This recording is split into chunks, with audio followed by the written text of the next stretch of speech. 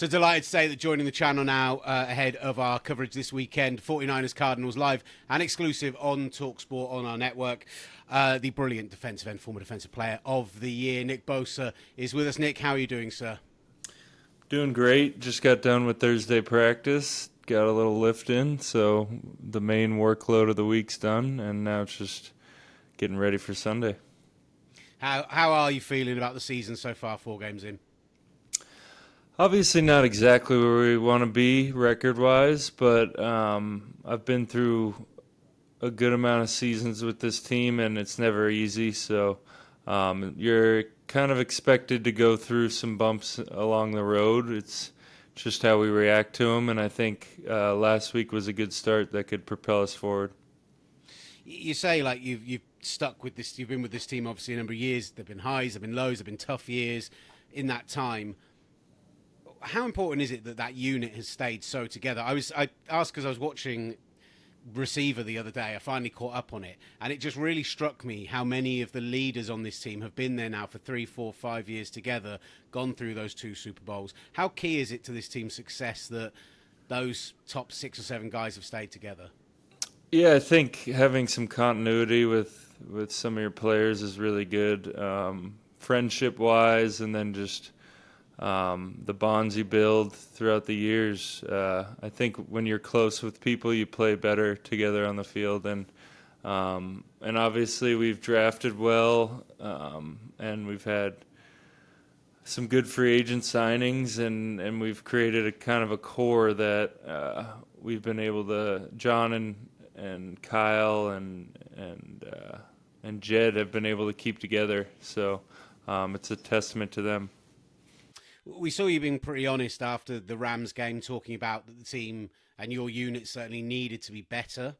I think there were big jumps in that Patriots game. What for you do you think changed over the course of that week, and how are you guys still improving?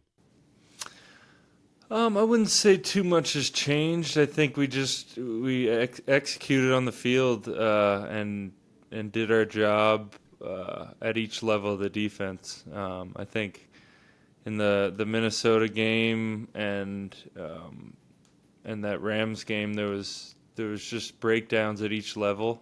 Whether the D-line made a good play one time and the backers weren't on it, or vice versa, we weren't tied in together. And when everything ties in, you get a stop on first down for 0-yard gain, and then you have two ops to go rush the passer on 2nd and long and 3rd and long. So it really just starts with that first down play, not letting them get too many yards, because that's what they want. They want 2nd and 6 or 2nd and 5, and then they could get to 3rd and 2, 3rd and 1, and that's not where you want to be as a defense. So it's about executing in the run game and then forcing them to pass.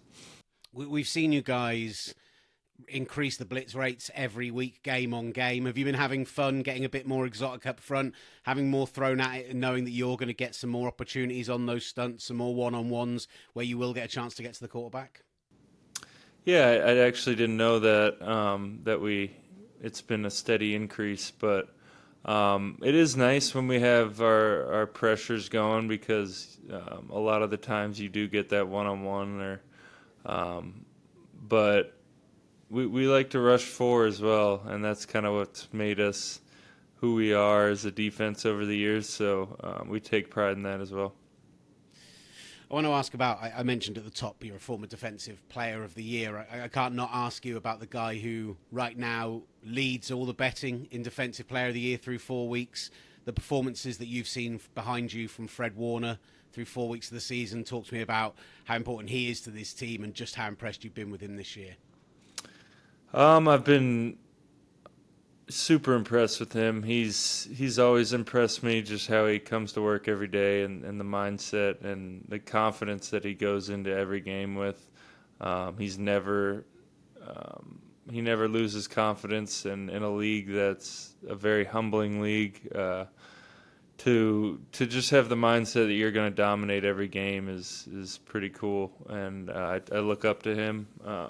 He's the leader of our defense, and he's playing this year at a level that seems like it's hard to sustain, but if anybody could do it, it's him because he just puts himself in the right positions every game and every play. So I hope he continues that run, and I'm happy to have him on my side. Did you know he had that vertical leap in him? That jump for the interception was incredible. Yeah, no, he's even more athletic than it seems.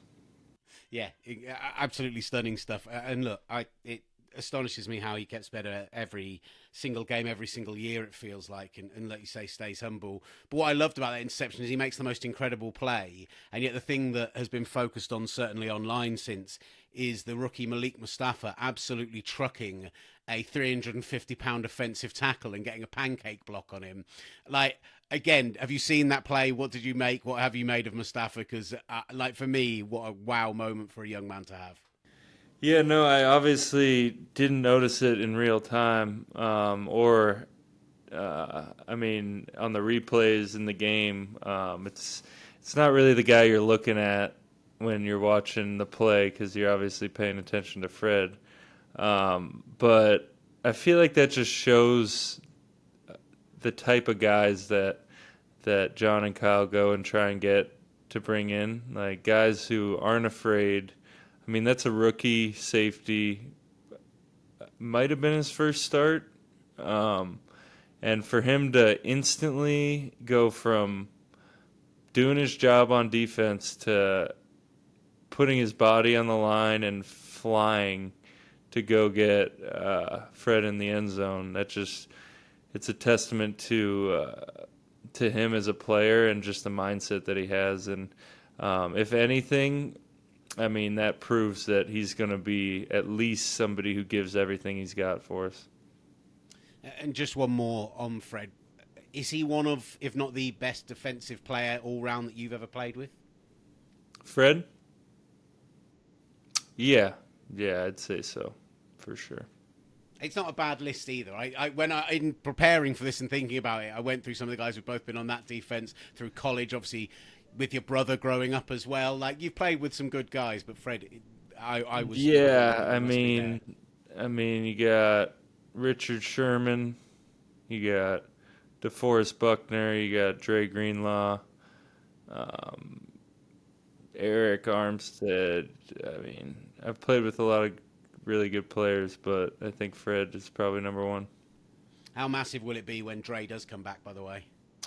Be huge. Yeah, be huge. I think our linebackers took a step in the right direction last game, especially with Fred down for a half. They stepped up, and I think they've had a good week of practice. So they're trending in the right direction. It takes some time to get used to, especially when you're new to the team, get used to how our backers play. But obviously Dre's an all-pro caliber player, so getting him back will be great. I want to ask about this weekend, but first I just want to ask about the other side of the ball quickly, mainly because I've heard a lot of noise about it this week. Just from what I've seen on film, Brock Purdy appears to have taken another step forward this year, and a lot of the kind of tape watching media are saying that he looks even better than he did last season. What have you seen from him this year? How have you seen him take another step forward in that building? And what have you seen from a guy who's only in his third season? It's pretty incredible. Yeah, I mean, obviously there's a stigma with him when it comes to he was a late pick and he's a smaller guy. He's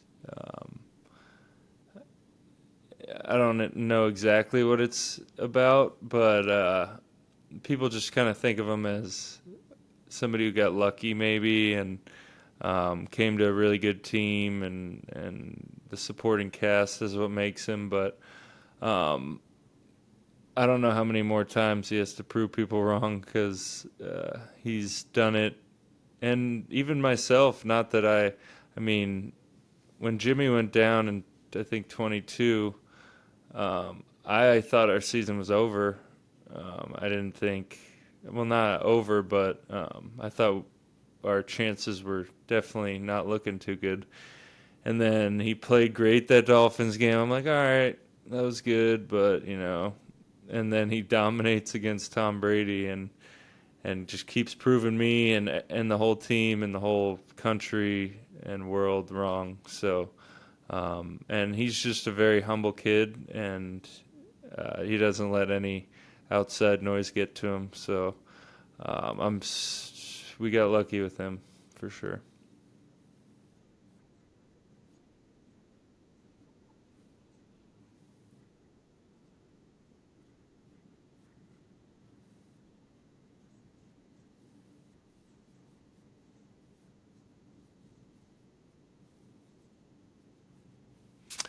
It's always a tough one. He's given us problems since his rookie year, and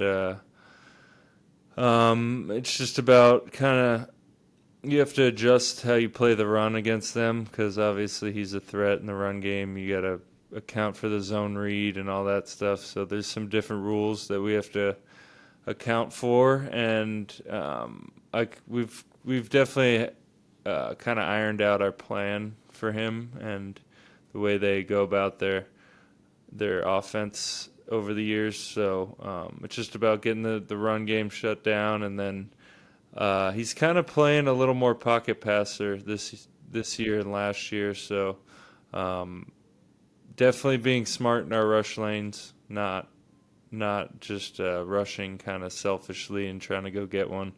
You gotta bottom in there.